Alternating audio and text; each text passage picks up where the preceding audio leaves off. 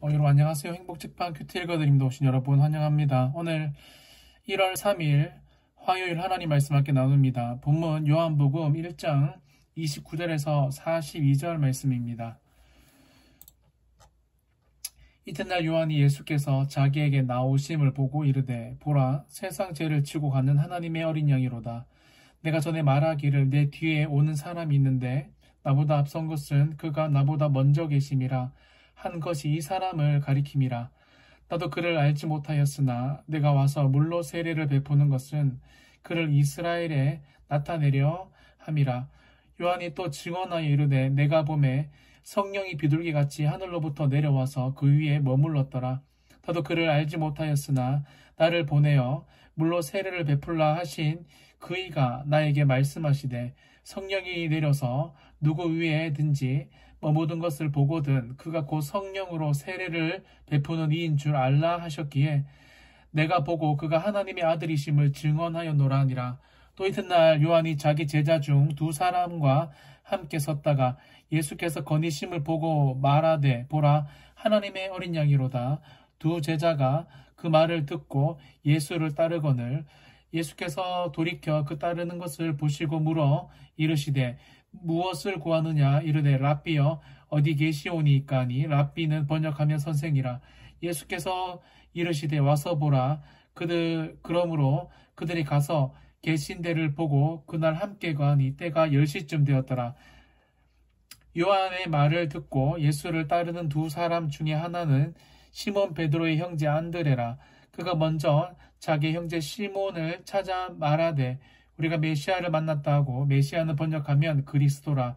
데리고 예수께로 오니 예수께서 보시고 이르시되 내가 요한의 아들 시몬이니 장차 게바라 하리라 하시니라. 게바는 번역하면 베드로라.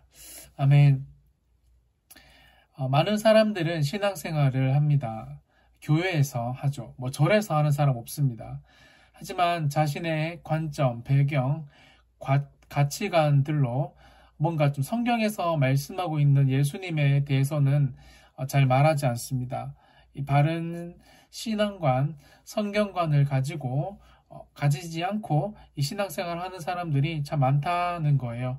오늘 본문에 나오는 세례 요한은 예수님을 만나자마자 세상 죄를 지고 가는 하나님의 어린 양이라고 바로 알아봅니다. 그런 고백을 하죠. 그리고 30절에 보면 내가 전에 말하기를 하면서 이 제자들에게 더 이상 나를 따르지 말고 너희들이 따라야 할 사람 예수님이다 라고 예수님을 따라가라고 말하고 있습니다. 저도 참 부족한 목사지만 교회 생활을 하다 보면 하나님의 말씀을 지키지 않는 데는 뭔가 전혀 양심의 거리낌이 없지만 자신의 뜻대로 되지 않을 때 이 감정적인 표현, 이 주관적인 표현을 하는 사람들이 참 많이 있다는 걸 보게 됩니다. 그렇습니다. 세례 요한에게도 자신을 따르는 사람들이 참 중요한 재산이었을 거예요. 하지만 예수님을 만나자마자 너희들이 진짜 따라가야 할 분은 세상 죄를 지고 가는 하나님의 어린 양 예수님이다. 분명하게 말하고 있습니다. 38절에 보시면 예수님이 그 따르는 사람들을 향해 무엇을 구하느냐 했는데 따르는 사람들은 동문서답을 하죠.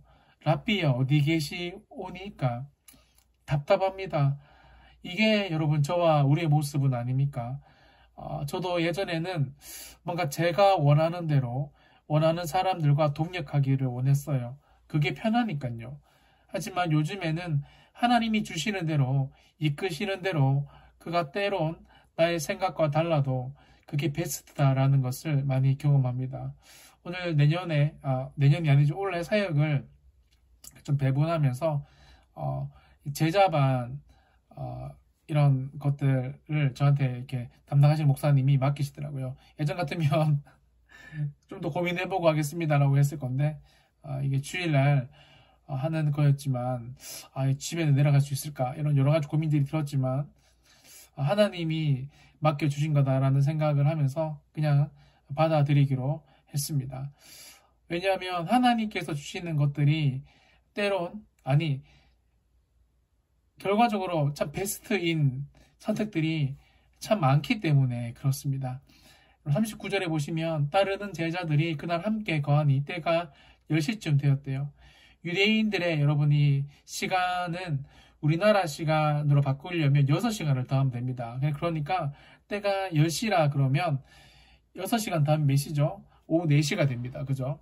즉 여러분 오후 4시 이 저녁 시간이 가까웠는데 아마 저녁을 먹으려고 모였겠죠. 그날 예수님과 하지만 이 사람들이 잠시 만나니까 잠시 거하니까 41절의 고백을 한번 보세요. 놀랍습니다.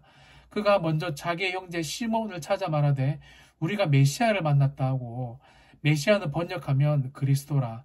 예수님을 진짜 만난 사람은 잠시라도 그분을 만나면 여러분 이렇게 달라진다는 걸 알 수 있습니다. 세계에서 가장 여러분이 그 투자의 기재 워렌 버핏을 점심시간 만나면 제가 알기로는 10억 넘는 돈을 한두 시간 만나는데 드려야지 만날 수 있다. 하지만 이 번호표를 아직도 못 뽑는 사람이 많다고 합니다. 왜냐하면 1시간 워렌 버핏과 이야기를 하면 진짜 여러분이 투자에 완전히 눈이 확 열린대요. 10억보다 훨씬 더 많은 가치가 그 가운데 있기 때문이죠. 여러분 워렌 버핏만 만나도 인생이 변하는데 예수님, 하나님 아들인 예수님, 온 우주 만물의 창조주인 이 주권자인 예수님을 여러분 만나니까 여러분 이런 고백을 합니다. 저 여러분도 예수님을 이렇게 좀 만났으면 좋겠다 생각을 합니다. 우리의 신앙생활에서 예수님을 위한 신앙생활로 나만 아는 정말 이 주관적인 편협한 신앙생활에서 성경적인 사람으로 바뀐다라는 거죠. 언제요? 그분을 진짜 잠시라도 만나면요. 말씀을 마무리하면서요. 여러분 이렇게 바뀌면 이런 예수님 중심적인 신앙생활을 하면 42절의 고백을 다른 사람이 아닌 예수님께 우리도 듣게 됩니다. 내가 요한의 아들 시몬이니 장차 게바라 하리라. 게바는 번역하면 베드로라.